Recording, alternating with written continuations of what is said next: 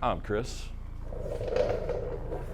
And I'm Corey. And we're Blood Brothers Racing. That was pretty good.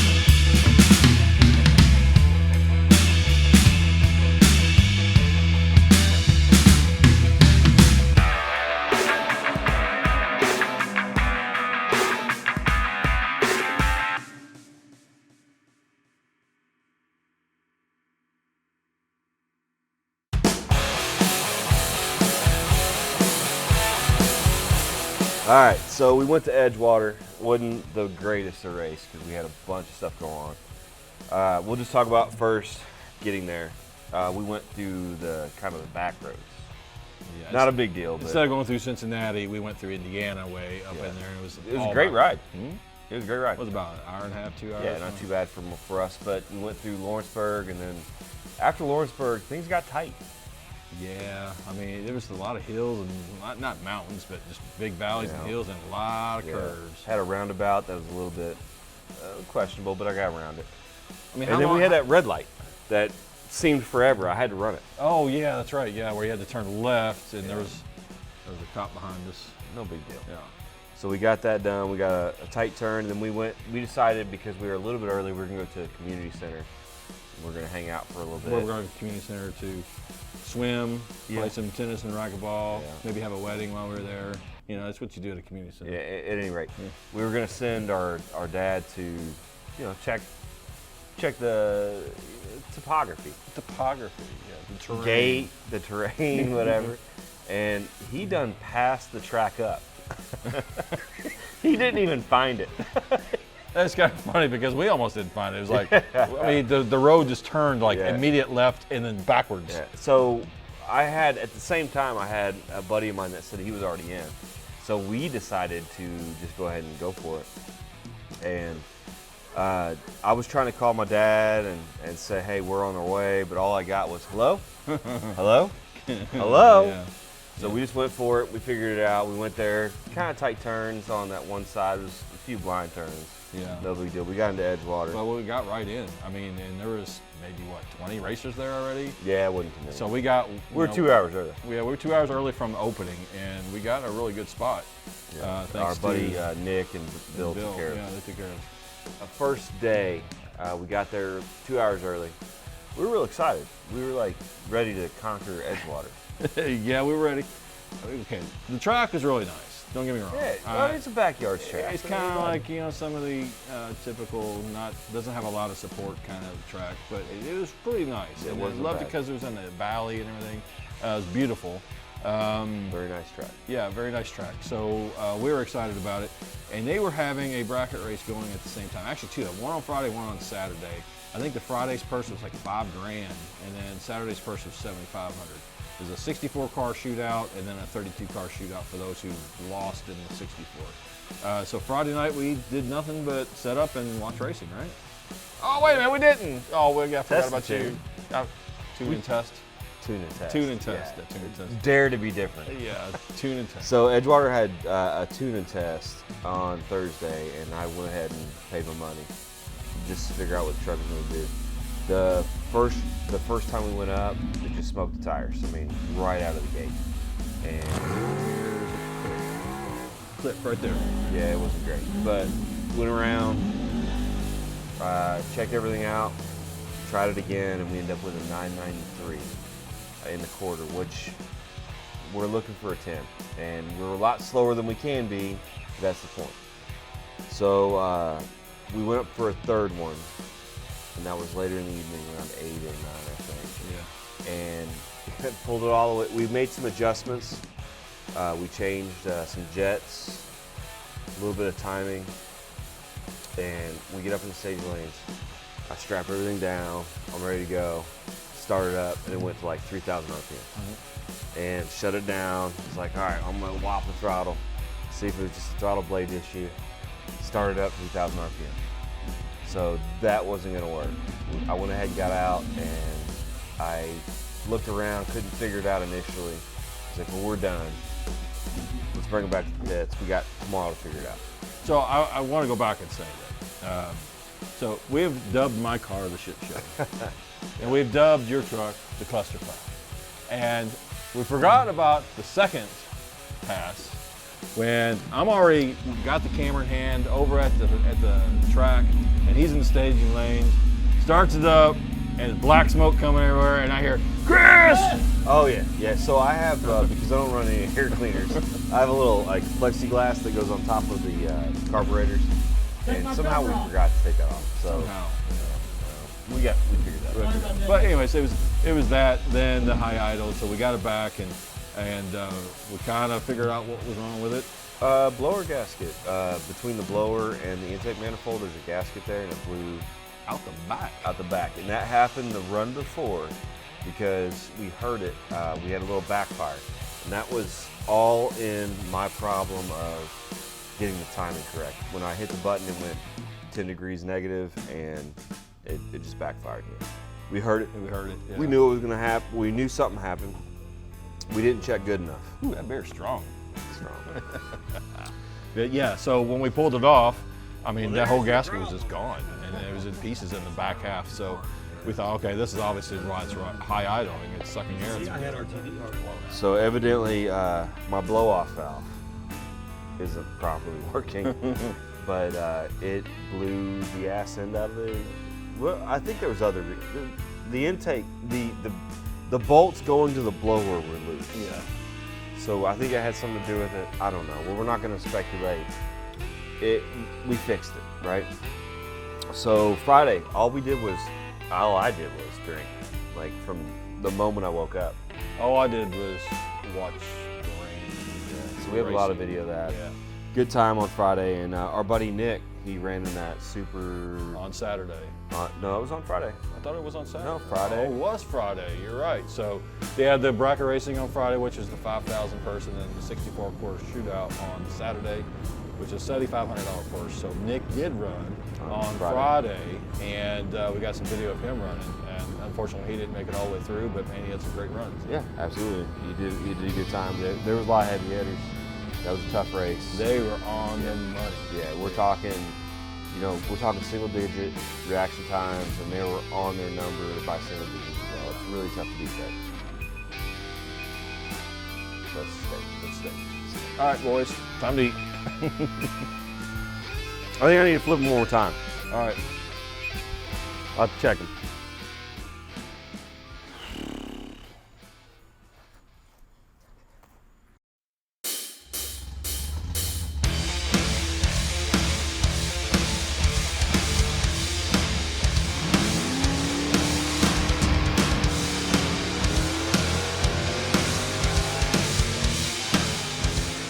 So we roll into Saturday, and I get to do my first run. And for whatever reason, it's almost like I forgot how to drive. I was bragging on the way down that I've only had one red light the whole time I've been racing this year. And first time out, I red lit about 0.24, 25, something like that. It was horrible. And I was anticipating the third yellow to come on, and I did it right before it came on, and it was too much. But I had the best pass I've ever had in that car for the 8th mile. It was a 7:31. It's not horribly fast or great fast, but you know, for that car and what we've done to it so far, it's doing great. And mind you, you have a Pro Trans brake on the car, so you're gonna flirt with red lighting when you're trying to do a bracket race. And so that's one thing I'm just gonna have to practice. That and a two-step. You gotta Yeah. add a two-step on. And so, you know, also I'm thinking in my mind, what's to be different from what Bowling Green where we went there, and I had great reaction time. But my 60-foot back in Bowling Green was 1.9 to 2, and this time it's a 1.6. So it's actually gotten faster off the line, so maybe that has something to do with my reaction time, because that's almost a 4/10 difference.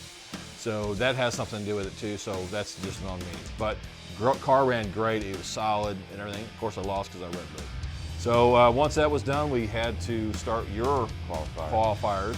So we didn't change anything from what we were going to try on the third pass, which we just added some jets, took a little bit of timing out, and I ended up running a 995 pass. We knew we still had to slow it down, so when we went back to the pits, I don't think I changed any fuel then. I just changed the blower pulley to. Yeah, we're so close to 10. All we needed to just add just about a 5/10 of a second in there, right? Yeah. So all I did was add a blower pulley, add some teeth to the blower pulley to give me a little less boost, and I was ready for the next one. Chris had his elimination round before that. So the deal with mine was I only got one qualifier, and then go straight into eliminations. Corey got 2 qualifiers, and then they were going to go into eliminations on Sunday. But my second one, I thought, okay, I'm not going to red light this way now. I'm going to wait till that light comes on before I even let go of the button. I did that, and I still red lit by 0.1 now. So I'm closer, but I'm going to have to wait till that light's shining pretty bright, I think, before. I think two-step would fix it. Or the 2-step. So I think we have everything here. It's not going to cost you much. So the car was 30 degrees hotter because I sat in the staging lane where they're running. They sent us back for the rain. And they sent us back for rain. A couple of times it feels like they sent us back for rain, and then it took like 3 hours to get the track going and stuff. So my second run, I was 30 degrees hotter than the previous run, and I ran a 7.47, I think. So, I mean, I don't know how much that really had to do with it, but it was definitely hotter. It was 180 versus 150, and so it was still a solid pass, though. It just, I red lit. Yeah, so that is what it is. It is what it is. So you got back up there and did that pass, and then you did have one rain delay for sure. It was a short one. Yeah, because I remember sitting there. I was getting ready to go up in there, and we started seeing raindrops on the It windshield. was a short rain delay. Yeah. We knew weather was coming in, so they were able to dry the track off. You went up there and got yours done. Yeah. My truck was already in the trailer because it started to rain a little bit. So we got called up, our group did, and as soon as we were up there waiting on the bracket race to finish, it started raining again, and we all got sent back to our trailers, and we all loaded up again. And that was the big rainstorm. Yeah, that was the big one. That was the one. It was delayed for like 3 hours or more. Yeah. And a matter of fact, our friend Sam was already. He was packing up. He was going home, and that's basically what he said. Yeah. It's like he had a long journey home, and we knew it was going to be a wash. All right, so you got up there to do your second qualifier. And mind you, again, everybody had been up there at least twice to make this pass and didn't get it done because of rain delays. Yeah. So we finally get up there, and because we were waiting on his group to finish, I was kind of the last of my group to be there. One of the last anyway. So all these cars ran in front of me in the Progress series. I launched, it felt really good. Again, it's slow off the line. I'm killing a bunch of ET off the line just so I could make the 10-0. So it take off, and then you could feel the power come in, and it felt really good. And all of a sudden, about the 500-foot mark, the whole cab just smoked up. And it smelled like an electrical problem I was having, so I just shut the electrical down real quick and coasted. But it turns out when we got to the end of the track that I evidently oiled the whole track down. Yeah, and from my angle, from where you took off and looking down, it all was coming from the left side of the truck. The driver's side of the truck is just like it just came, and I just was like, oh my gosh, here we go again. It was a sickening feeling. Yeah, oh yeah, definitely. Even once I got to the end of the track, I could start smelling the oil. So it was definitely, I had my heart sunk a little bit, but that's racing, and hopefully it wasn't hurt too bad. What had happened was the dipstick tube had been pushed out. We didn't know the reason why at the time, so we just looked at the data, everything seemed to be fine. So we loaded up and just enjoyed the evening with the guys, drinking a little beer and watching the bracket racing and the junior dragsters, which was awesome. I love the junior dragsters. They're so much fun to watch, man. So not only did we have all those rain delays and finally get out there, and not trying to make you feel bad. Yeah. So rain delay, Potsy delay. Potsy delay. So what happened was, with you oiled the track from the start line to the finish line, and they came down and even told us that they wanted to make sure you had a diaper on, which you did. You had everything within spec of what you needed. For whatever reason, that dipstick tube popped out, and it just laid a strip of oil all the way down. It took them every bit 2 or 3 hours. 2 or 3 hours easily. And I feel really bad, Edgewater. If you're watching this, I'm very sorry for that. Yeah, but as some of our friends have said, it happens. It's part of racing, and it won't be the first. No. But we do try to take the precautions to make sure that doesn't happen, including, since we knew it was your dipstick tube, some of our friends said, hey, why are you even having a dipstick in there in the first place? So you went ahead and Well, sealed it up. what I decided to do, most people just plug it off. What I decided to do was I got a 1/4-inch pipe plug, like a grub screw pipe plug, and then tapped the threads of where the tube goes in, and then I could put that plug in there. But it also gives me the ability to take the plug out and shove the dipstick back in there to check oil if I so desired. So that's the solution that we fixed there. But really what happened, and do you want to go into that now or later? Yeah, go ahead. So what had happened is when we got it home, I checked the data, everything was great. I didn't think anything was hurt. Pulled it in here, it ran fine. It had a little bit of high idle, but that's kind of fluctuates a little bit with that motor, so I wasn't too concerned with it. But we noticed that I had some water in the diaper, and I could not figure out why. Didn't think about it. I went on to do other stuff. Some evening that I drained the oil and it was full of water. After more investigation, initially I thought it was a head gasket, but actually what had happened was all the intake bolts were loose. The problem with that intake manifold is when the blower is on, you can't get to 6 of the bolts because it's underneath the blower. There's no access to them, so you can't check them. Doesn't really matter if you could or not, because or if you tighten everything else up and then the ones underneath the blower were loose, you're still gonna have the same issue. So that is what would happen is the bolts came loose. 2 of them were so loose that I could just finger them out. Finger them out? Finger them out. I thought I was fingering it in. Finger them out. It was very bad. And so how does that happen? So we literally have 10 passes on that motor. It was 16 total. That was the 16th when that happened, was the 16th. So pass. in those 16 10-second runs, Yep. and then the little bit of idling we do in the garage and there, so those came out enough to move that intake. My assumption is 2 things. One is the old chassis had some, you could call it some vibration resistance because it wasn't full cage. I still had the 2 motor plates, but the chassis itself had some areas where it could vibrate and put less of a load on the motor. Now that the chassis is really rigid, there's nowhere for that vibration to go, and everything vibrates really bad. And I'm just assuming that's what it is. We talked with some friends. They've offered ideas of some RTV sealant on the threads. There's different type of bolts you can use, like a Nord washer, things like that. We're going to try the RTV first. If that doesn't do it, I'm either going to get the Nord lock washers, or I'm going to drill holes in the bolts and then do it like they do aircraft, where they have a piece of wire going from bolt to bolt so it can't rotate.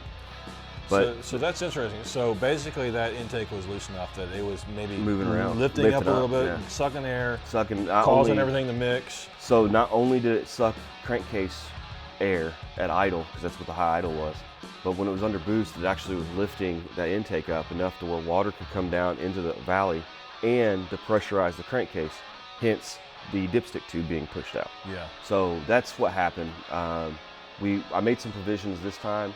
I went ahead and knocked some holes in the side of the intake so I can get to the 6 bolts that I couldn't get to before, so I can check them routinely. So our biggest takeaway from this is every night we got to check those bolts. Maybe even between every run, depending. For a little while, just to be sure that they're staying tight, and then every night we'll check them. And so everything that we do is a learning experience, because you've been in this for a few years. You've had your trials and tribulations on learning everything, and I'm fresh into this. But every day it seems like we go to the track, we learn something new. Yeah. And the reason is there's a lot of great people there. People that will give you the shirt off their back and they will teach you. And we have a lot of great friends there. Yeah, but they can't teach you everything in one run. And a lot of stuff that you run across is stuff that you just have to learn on your own. And honestly, we should be checking every bolt every time. There's a lot of bolts on a race car. Yeah. So you just got to figure out which ones are the problematic ones. For my motor, it's the intake bolts, header bolts. Both of those need to be checked, and then the bolts on the blower. Yeah. So those 3 need to be checked every night at least. Yeah. And so, and it's human error too. You know, we put this stuff together. We may forget to tighten something like absolutely. a rocker, girdle, Yeah, something. yeah. I didn't know we were gonna go full circle with that. Full circle. So I'm just saying, hey, it's okay. I understand. Yeah, I've been there okay. with you. So anyways. Why'd you bring that up? So we got your motor back together. We just started a little bit ago. Yeah, it sounds all right. So it sounds good. So we are ready for Indy. We were hoping to go to the U.S. Nationals just to be on display. His truck will be on display. Didn't do that because of what's going on, but next weekend is the Indy Hot Rod Nationals up in Indianapolis, Lucas Oil Raceway. I think we're both prepared. They do have a hot rod class for me. You're going to run Progress with Indy Row. Yeah, you need to get that two-step pro. Yeah, we got that. We're going to put that in, and then I'm going to try to go to a testing team. now, and yeah, let's go to testing team Friday or Wednesday. Yeah, Wednesday. Locally on the 8th mile here. So, well, I think we're good to go for Indianapolis, and appreciate everyone sticking with us here. And you know, I know sometimes it's kind of gets Except for you, subscriber 49. Yeah, whoever you are. Yeah, And you why left our family. I don't why understand. did Now you we're leave back us? to 48. I think I have daddy issues now because he left us like in the middle of nowhere. So, anyways, follow us for that. We appreciate you guys sticking with us, and we never say it. You need to like, comment, and subscribe. Oh, yeah, you're right. So there's a like button somewhere along here. Maybe it's up here, but please like this. Yeah, please. I mean, here's our goal. A little like. We're looking for. We take a lot of effort, and all you have to do is one little click. It helps us. We have 48 subscribers. We'd like to get to 100. Yeah, so that'd be like 52 more of you. Just hit the like button, subscribe. You know. I don't even need that notification bell yet. We don't deserve that yet. Yeah, we're not there. We're yet. not there yet. Yeah. But if we could just get some subscribers and a couple likes would be nice. Yeah. Hey, and you know what? I might be able to work out something. And I know this is kind of silly, but if you subscribe and message, if you put a message in there, if you put a message like in a comment, just a comment, we will send you a free Blood Brothers sticker. Yeah. Just so let us know your address. Well, you can private message us that. PM private message that, and we will send you a Blood Brothers sticker. And you could say whatever you want in the comments. Make fun of us. Yeah, It ain't gonna hurt our feelings. Yeah, you're not gonna hurt us at all. We're so disparaging to ourselves. Nothing you could say could hurt us. The damage has already been done, man. Damage is done. So anyways, well, we will see you next time and let you know what happens in Indianapolis. Until then, peace out. Bye.